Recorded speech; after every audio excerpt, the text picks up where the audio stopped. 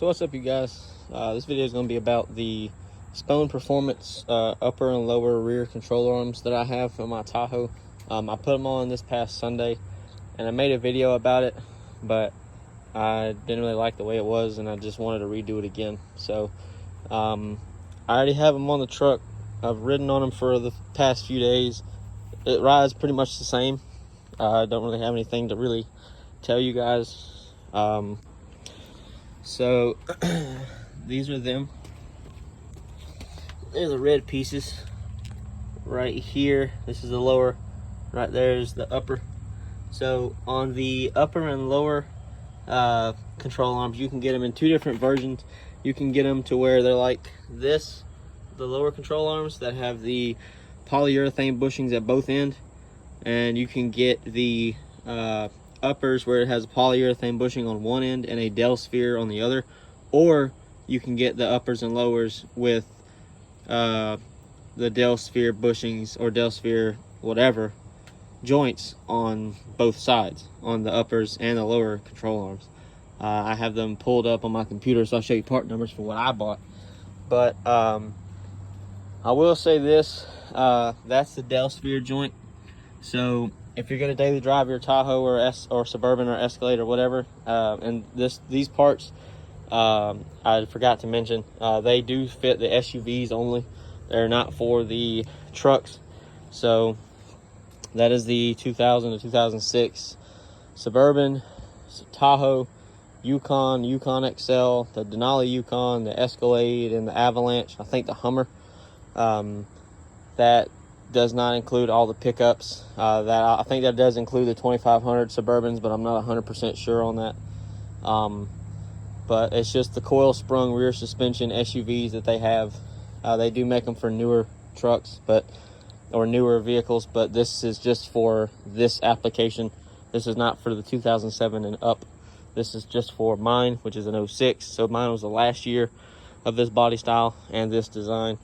As far as I know, the rear suspension on the newer Tahoes and Suburbans is about the same as it is on this. But you never want to guess. So anyway, they were easy to install. There's nothing really hard about it. I just want to tell you though, you want to make sure that when you install these, you do them one at a time. Do not go and take like both of the lowers or both of the uppers off, because the axle will roll either way and then you'll be fighting with it. And if you're working by yourself like I was, you don't want that to happen. So I did it one at a time. I did the uppers first and then I did the lowers, and I did them one side at a time. I did I think the uppers first and then I did the lowers. They weren't hard. I also have SPOHN Performance's adjustable panhard bar. So I mean, so far I ain't really had anything to complain about. No issues. You also need to make sure that if you're going to lift yours like mine, the best thing to do is if you're going to put the adjustable panhard bar on, try to get it close and then go get it aligned so they can align it for you, because the rear axle does need to be straight up under the vehicle, because if it's not, you're going to have problems with the bushings binding up and the tires will not wear evenly, and it'll also dog track, which means it'll drive crooked, but it'll also drive straight at the same time. I haven't had any issues. Mine was straight. I aligned it myself just by using a level and my eye. I would look to see where the edge of the tread is on both sides. I would go by just these, like the gaps in the tread. So, because the center obviously is fairly simple. So anyway, if you don't want to do it that way, best thing to do is to obviously go and get it aligned when you get the front end done. I need to order parts for the front of mine to get it in better alignment, because it's not aligned very well, because I don't know if you can tell, but the driver's side tire has positive camber and it's towed in really bad. That's because I think somebody doesn't know what they're doing, and they adjusted this cam all the way. I don't know if that's negative or positive, I'm not really sure, but I know it's not adjusted correctly. So I'm gonna have to get that adjusted or fixed. I'm just gonna buy new upper control arms and a bunch of other stuff to try to fix the problem. But anyway, that's not what this video is about. So these are the lowers. and that's the part number. And you can get them in 2 colors. You can get them in red or black. The mounting hardware is just the bolts that hold them to the axle and the frame. If yours is rusted and you live up north and you're gonna have to cut them out, I would buy the new hardware. My vehicle's not from mine's not from up north, so I never have that issue. Nothing on my vehicle's ever given me issues like that, so I've never had to worry about it. But if you live in the Rust Belt, it would be my best opinion. It would be my opinion, and into your best interest to go and get them. You can also get the grease that you need for these. They give you that option, and then they also, for the uppers, it's the same. Everything's the same except they add 2 different things. They add a angle finder and the Del Sphere adjustment tool. I got those just in case. The angle finder is just something you can buy from Harbor Freight, because that's exactly what they send you, is a Pittsburgh angle finder. So if you want something that is probably going to be more accurate, I suggest you go buy whatever you think is the most accurate, or something that you know is accurate. So and then the tool is just to adjust the preload on them, because you can mess those up.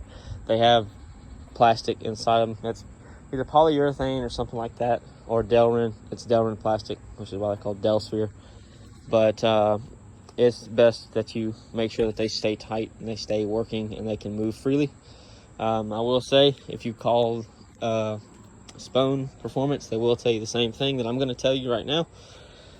If you daily drive this vehicle, which I just forgot to say, or I was starting to say it and then got sidetracked. If you're going to daily drive your truck like I drive mine, you do not want the Del Sphere bushings on both sides, because that will prematurely wear out and it will cause the ride to be kind of harsh. Now, there's a video of a Ram, it's a newer Ram, that this individual purchased the upper and lower control arms from them, and they have the Del Sphere on both ends, on the uppers and lowers. And he was complaining, saying that they wore out. I'm not going to put his name out there because I don't think that's the right thing to do. But I know his truck is 4-wheel drive, and I know it is lifted, I believe. Mine is lifted 6 inches, for those that are wanting to know. This will work in lifted and lowered applications. So the panhard bar is the same way. It can work on lifted and lowered applications. He either didn't listen to what they told him, or he never asked. But you don't use stuff like that on a road going vehicle that you're going to drive every day. And I know he probably drives his every day. So, you know, that's on him. He tried to say that SPOHN Performance's stuff is bad. I don't really think that that's the case. I think it's just user error, and he didn't ask questions. So that's what it is. But yeah, I mean, I haven't had any issues so far, but I've only had them on for not even 3 or 4 days. So we'll find out. I have to drive it 5 hours out of town this weekend. So we'll see how it does. We'll see how these tires do, and we'll see how it does all together. So that being said, it was like five something total for both the uppers and lowers. I ordered them at the same time. So the uppers are $279, and then the lowers are $219. And then I got them to get kind of rushed, so I added a little bit more money to that. So you can buy the package, like you can buy the upper and lower control arms and the panhard bar together.